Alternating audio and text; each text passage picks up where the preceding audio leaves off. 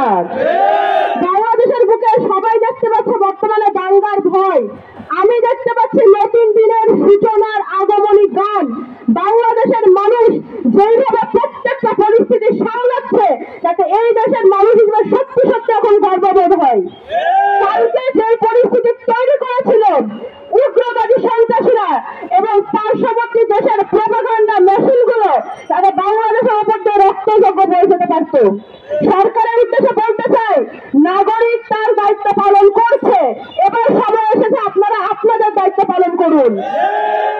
আমরা 5ই আগস্টের পর যে শপথ নিয়েছিলাম যে দেশ গঠনের শেষ রক্তবিন্দু দিয়ে পর্যন্ত একতা সংহতি বজায় রাখবো, দায়িত্ব পালন করবো, আমরা তা করছি।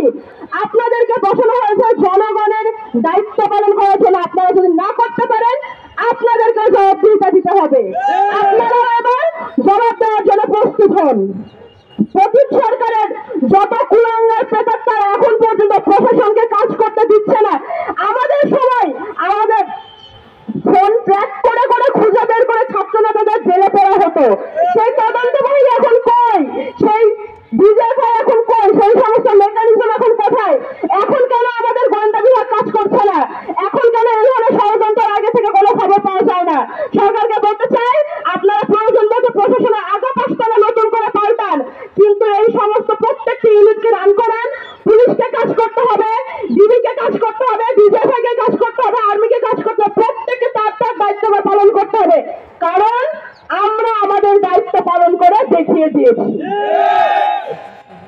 বাংলাদেশের মানুষ, আমরা যখন 5ই আগস্টের পরে যখন নতুন বাংলাদেশের স্বপ্ন দেখা শুরু করলাম, আমরা তখন বলেছিলাম যে বাংলাদেশের বুকে আজ থেকে মাইনরিটি শব্দটি উঠে গেল। সংখ্যাগুরু সংখ্যালঘু বলে আর কিছু থাকবে না। প্রত্যেকটি এই জুলাই বিপ্লব যতটা আবু সাইদের ছিল ততটা হৃদয় তরুয়ার ছিল। এই জুলাই বিপ্লব যতটা নাম না জানা মাদ্রাসা ছাত্রের ছিল, রিক্সা চালকের ছিল, ততটাই বাবার কোলে খেলতে থাকা রিয়া গপেরও ছিল।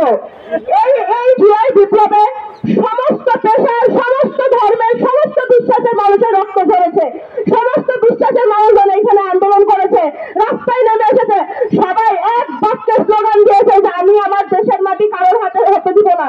এই স্লোগানের পর, দেশের পতাকাকে এইভাবে আঁকড়ে ধরার পর, বাংলাদেশের প্রত্যেকটি মানুষ ধর্ম, বর্ণ, মত, বিশ্বাস নির্বিশেষে দেশের সার্বভৌমত্বের জন্য কাজ করে যাবে। কখনো আর কোনো ষড়যন্ত্রকে আমরা সফল হতে দিতে পারবো না, আমরা দেব না। আমি সাধারণ ধর্মাবলম্বী ভাই বোনদের বলতে চাই এবং একই সঙ্গে অন্যান্য ধর্মাবলম্বী যারা রয়েছেন তাদেরও বলতে চাই, আপনারা কোন উগ্রবাদী জঙ্গি সংগঠনের সাথ দেবেন না যদি তার সাথে কোনো ধর্মীয় লেবাস যুক্ত থাকে, ধর্মীয় পতাকা যুক্ত থাকে, তারপরেও না।